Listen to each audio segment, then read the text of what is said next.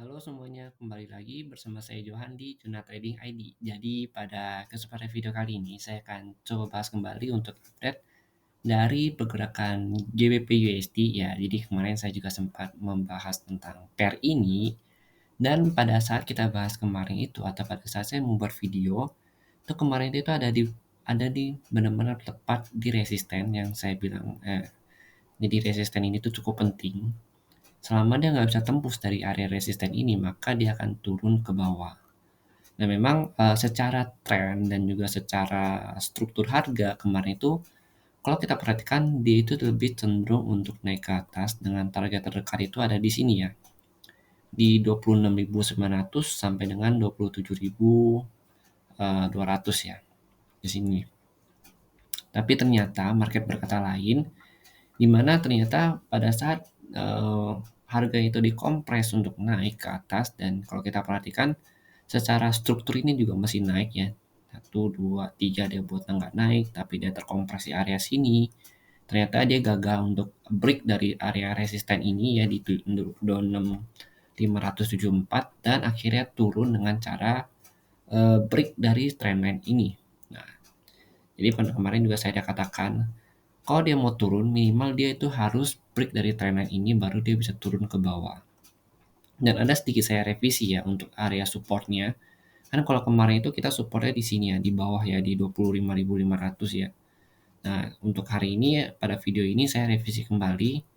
Ya, untuk supportnya itu ada di 25.600.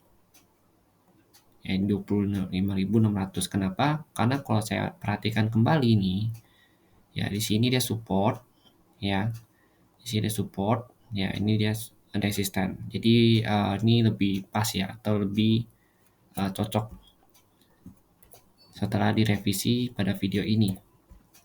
Nah ini udah cocok nih, ini udah pas nih. Begitu dia break dia bertahan di atas support ini, begitu dia breakdown lagi ini jadi resisten, dia break up ini jadi support kembali. Nah saat ini di harga 26.500 itu adalah patokan penting untuk GBP USD. Ya ini penting nih di sini nih.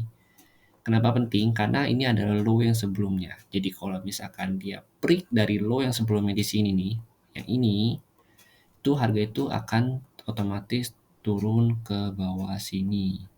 Atau terdekatnya itu ada di sini nih. Di 25.322. Ini target dekatnya. Lalu untuk jauhnya itu ada di sini. Di demand zone yang ini nih.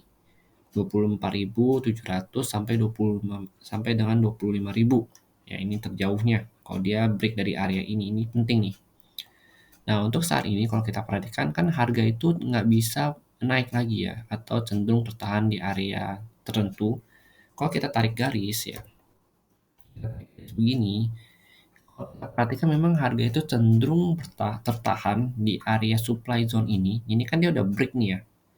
Dia udah break ke bawah berarti otomatis berubah jadi supply zone. Nah, itu dia itu lebih cenderung tahan di area supply zone ini nih di 26.200 ya, lebih tepatnya garis yang ini 26.200 di tengah-tengah ini. Kalau kita perhatikan lebih detail dengan menggunakan time frame 4 jam, kita bisa perhatikan ya, ini ada tahanan yang menjadi resisten. Begitu dia break, dia itu cenderung tertahan di area support ini nih. Tuh, dia cenderung tahan di area support ini. Begitu dia breakdown lagi, nah kalau kita perhatikan ini kan candle-nya breakdown ya. Nah ini dia berubah jadi area resisten. Dia udah reject sekitar 1, 2, 3, 4, 5. Udah 5 candle 4 jam dia reject di sini. Berarti udah lebih dari 8 jam dia reject di area sini. Yang artinya area 26.216 ini itu adalah area sangat kuat. Ya. Jadi memang kalau dia nggak bisa breakout di ke atas ini maka dia akan lanjut turun ke bawah dan dia bisa menembus area low yang ini nih. Jadi kalau dia tembus low yang ini otomatis lower low-nya yang itu atau struktur turunnya itu terbentuk. Ya, artinya GBP USD bisa menyentuh area sini kembali di 24.700 ya. Tapi kalau dia berhasil break dari area 26.200 ini ya, maka dia akan melakukan retest kembali nih ke sini ke 26.500 dan bisa naik kembali ya. Mungkin dia bisa naik kembali ke sini dengan momentum yang lebih kuat. Ya, dia bisa naik ke sini kembali. di target terdekat yang kemarin kita bahas ya di 26.900 sampai 27.200. Oke, jadi mungkin sekian dulu penjelasan dari saya untuk untuk GBP USD. Dan jika memang ada yang salah atau misalkan ada yang kurang, ya silakan kalian tambahkan di kolom komentar. Saya mohon maaf ya, ini adalah pandangan pribadi saya sharingkan kepada kalian semua. Terima kasih dan sampai jumpa pada video berikutnya.